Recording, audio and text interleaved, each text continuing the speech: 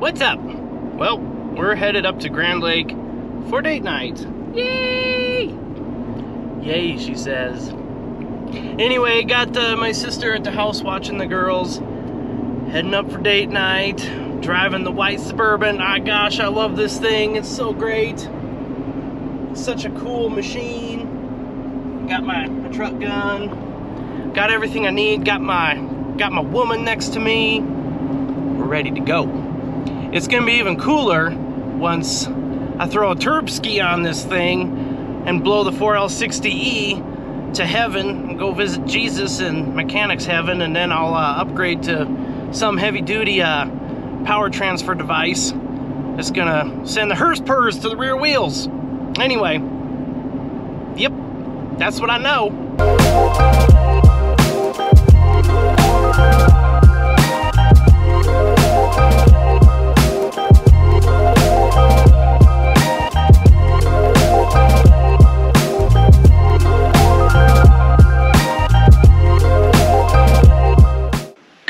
Everybody. Well, today it's the weekend. It's the morning of the weekend and I'm at home for the most part, I think. So I got some stuff to do around the house. And one of them is to smoke this little itty bitty brisket. Ta-da! Small yet mighty. Anyway, I did not brine it this time, but I will put a rub on it and I'll go throw it on the Traeger at about 200 degrees. And being as small as it is, about 4 pounds, it's gonna take only 4 to 5 hours to smoke. So, it's gonna be delicious.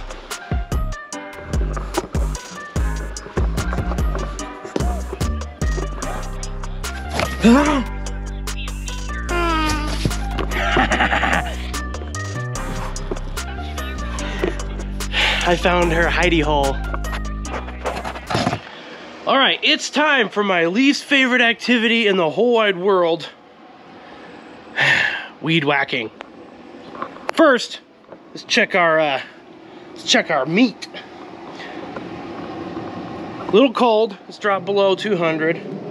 Looking good though. Oh, and you should smell it. You should smell it. Anyway, so I got this old weed whacker. It's an old Honda 4-stroke. Had it for years. Rebuilt it like twice now. Gotta fuel it up. Make sure we have the appropriate fuel. I always buy these retrofit fuel cap systems because the new anti-emissions fuel cans are garbage. So I like to upgrade all my fuel cans. Makes for better fueling.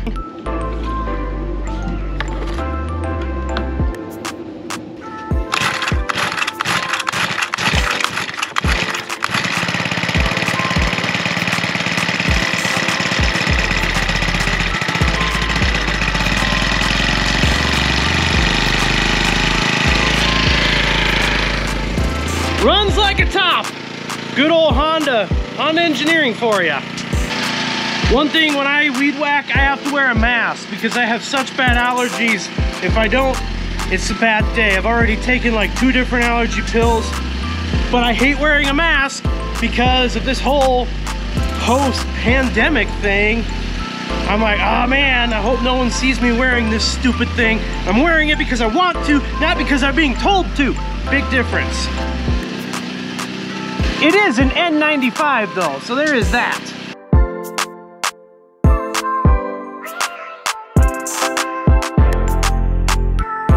After I made a big old mess with the weed whacker, I come through with the old chooch blower.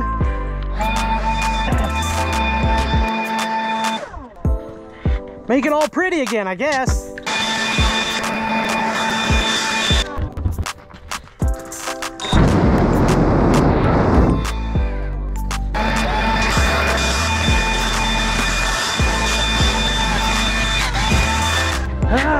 What a mess. There's a lot of crap I gotta deal with out here today. But that's a start. Alright, I got this sucker off the smoker. I didn't record it because it was a torrential downpour. A deluge when I took it off. Let's cut into her and see what we got. It's been sitting, resting here for about 30 minutes.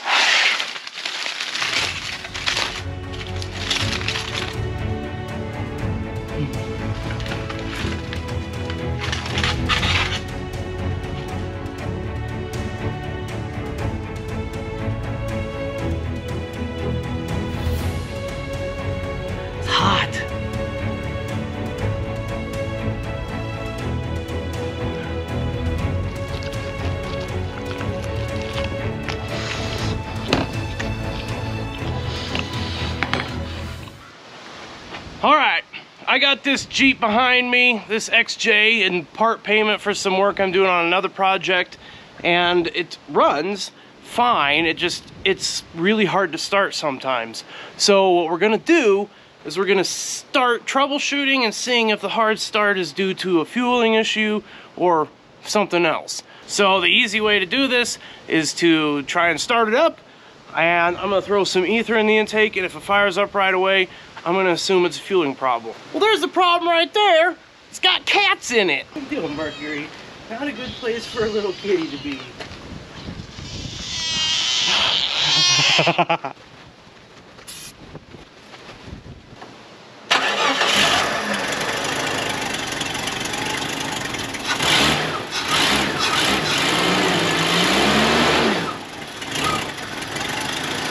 So, doesn't seem like maybe fueling is the problem. I think something is wrong with the sensor, because it only started after I moved the shifter, the gear selector up and down a few times. Let's see what we got here. Nothing. Perplexing. Good thing is the XJ is fairly simple, so it's not going to take a terrible lot of time to figure out what the problem is. Alright, so we're working on the Jeep today, and I got to replace the fuel filler hoses. See, they're cracked up here, and real bad down there. Now, this is where my fuel cell slash stock tank comes in handy.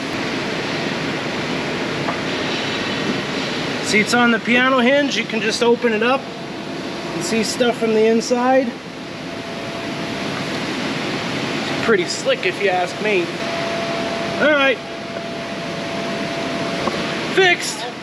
Earlier we got the fuel tank done, the fuel filler lines done, that's squared away. Now we're working on removing the transfer case so I can put the new one in. Got the cross member and whatnot out. Working on getting the T-case out itself. Now, there are certain things that have happened to humanity that have made our world that much better and that much more civilized. Things such as indoor plumbing, water and wastewater treatment, modern medicine, the invention of the automobile, like certain vaccines. Certain vaccines are very naughty, other ones are really cool. Anyway, I digress. One of those things that have made modern life possible is this. Gear wrenches, stubby swivel head, 120 tooth ratchet. This thing has revolutionized working on vehicles as we know it. Like, this fits literally everywhere. Like, oh, hey, look at that. It's not supposed to fit in there, but guess what? It did.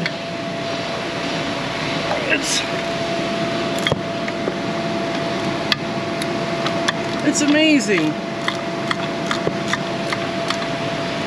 And what used to be a hours-long fight to get to all of the bolts around the T-case and also the transmission is now a breeze. Besides, I've had this T-case in and out of here in different iterations, whether it's this one or other ones, probably no less than 30 times, so you get pretty quick. Anyway, life-changing.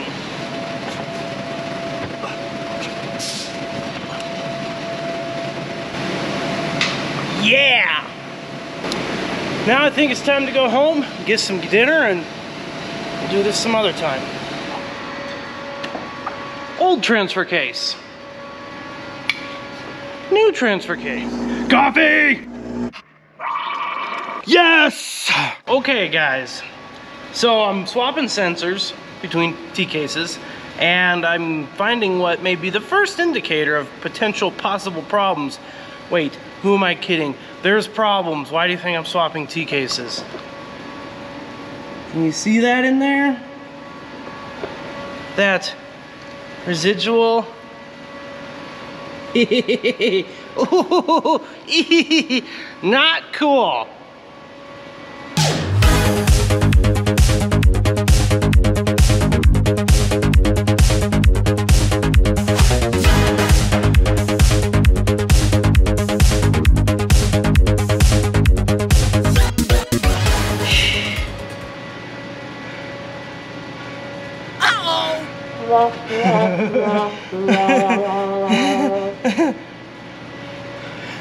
You know what I forgot to do?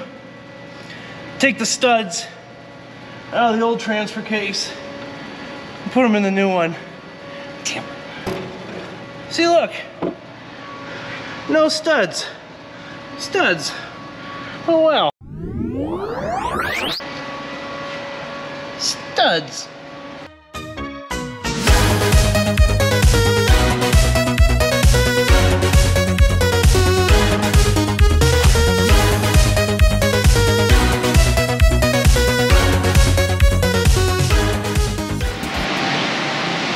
Alright, it's lunchtime. This morning before work, I put the new transfer case in. Didn't fit. Why, you might ask? Well, I come to find out the input shaft on the new transfer case is slightly longer than the old one. It's too long. So this is new transfer case, old transfer case, which I'm taking apart. And then I've got transfer case parts. I'm hoping, and there's some way I might be able to make one good transfer case out of the 3 piles of parts. So I'm pulling this unit apart. I want to see where the failure point is. I've already seen some really disturbing stuff. Look at that.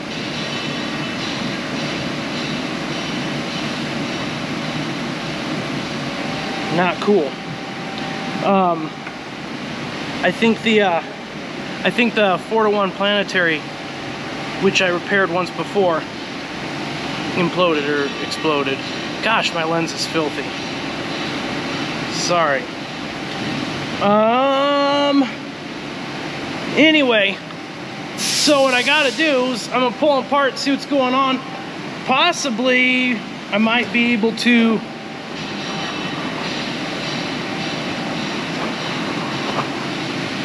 gosh, I hate how these what?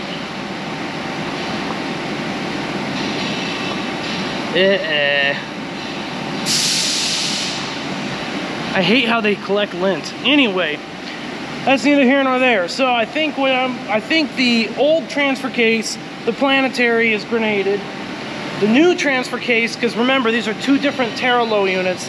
New transfer case, the planetary's fine. What I might be able to do is pull the planetaries out, make the new good planetary, which is too long, shorten that shaft to fit. That's going to take some time, and I really want to get the Jeep back on the road, so I might use the piles of transfer case parts on the floor to put it back together and have just a regular 2-to-1 or whatever the ratio is transfer case. So follow along as I split it. We'll see what kind of massive failures we can find in here.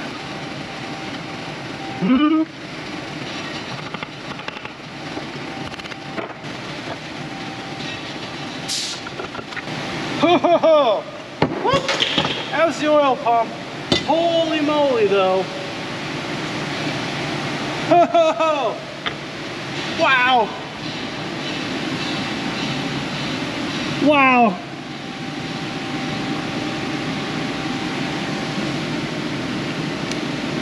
Wow. Straight up metal shavings. Straight up. Holy crap. Impressive. Serious damage. Well, there's a reason these Terralo units stopped being built, because they didn't hold up and they grenaded. So, wow. Oh, it's bad. I think this Terralo unit is, well, you know what? Never say never. Never say never, folks. Ooh, but that's bad. More shavings. All right. Pulling all the parts out here. It's looking okay. All this stuff is. Oh, oh, oh. I keep saying that, don't I? Yeah, I'm gonna go ahead and say that this is kaput. There's no, this half is completely toast. There's no coming back from this. There probably is, but. All right, let's look closely here. So notice here and here, can you see?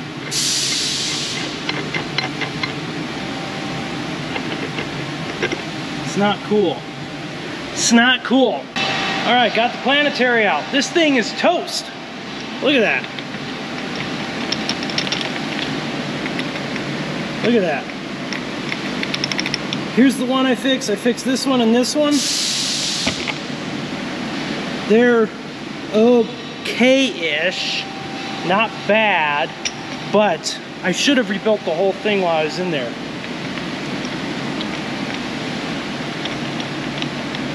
Yeah, this thing is whack. So, what I gotta do is a lot of work. All right, so I got the snap ring off.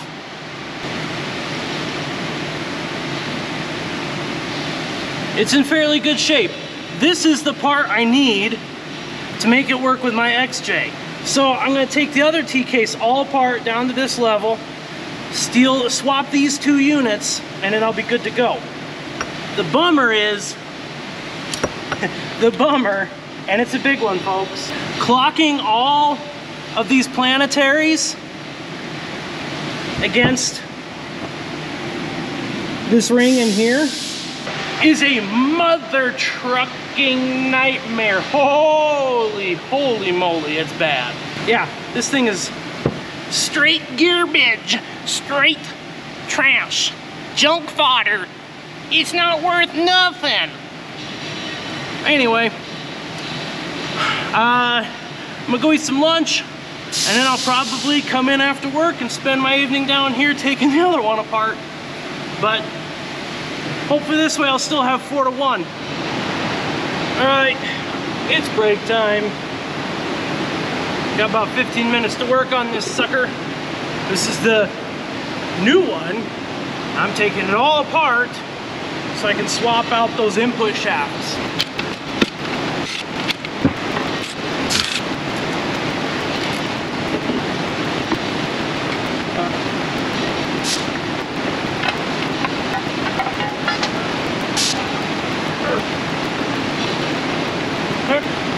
Here we are. So, this part is what I need. So this is the input, remember? The input off the transmission. The transmission comes out of the tail housing. It's a shaft, and it goes into here. So the transmission turns that.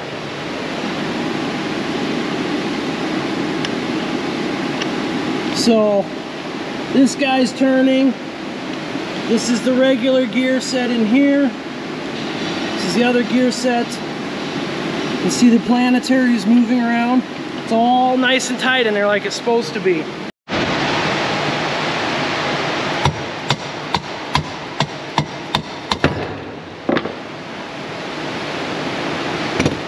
Alright, so this is so incredibly hard to put back together if it's not clocked right. So I'm gonna zip tie this all up so these planetary gears don't move. So hopefully we can just lift it out and slip the new one in. Don't have to worry about clocking. All right, got some Gorilla Tape, a couple layers of Gorilla Tape, and then finished off with a zip tie.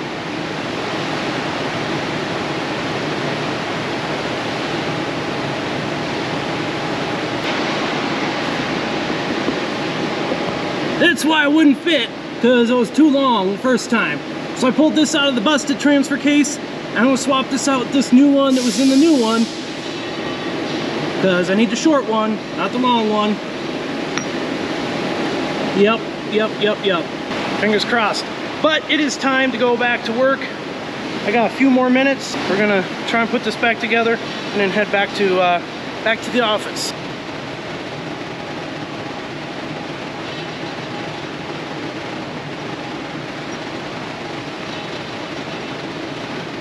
This is the part that sucks. And I'm gonna have to save this for later. Basically, you have to line all these spines up with all 5 of these little gear sets in there. It has to be perfect. Otherwise, it's gonna go back together. Because it's all timed. Literally, as soon as I turned the camera off, it dropped right in. So I'm just putting assembly, grease, looper plate on everything. So that way it can start lubricating before oil makes it everywhere.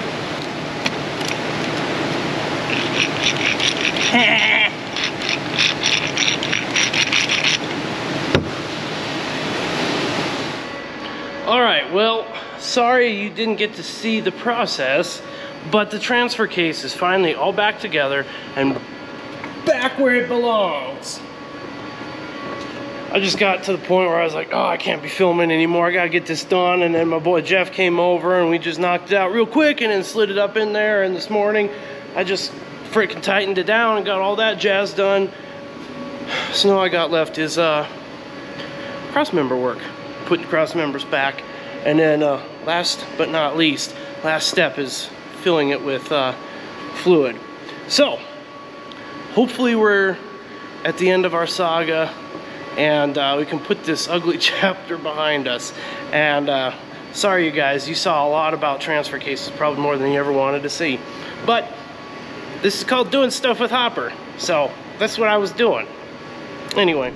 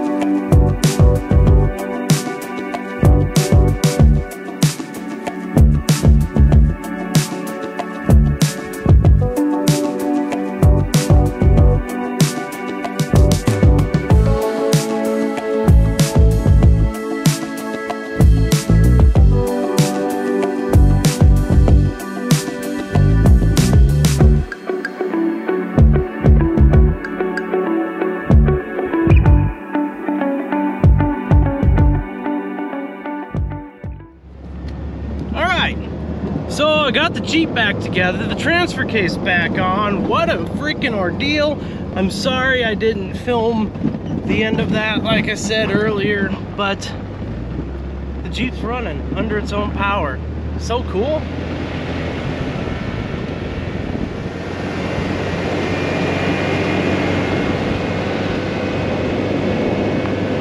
And I got my XXL selfie stick up. Maybe you can see it. It's pretty bouncy, so hopefully the footage isn't junk. Anyway, that's all the time I got for this episode. I hope you enjoyed watching it. Sorry there's so much transfer case related material, but that's what I'm doing. Anyway, that all being said, I will see you around like a donut. Ha ha ha ha!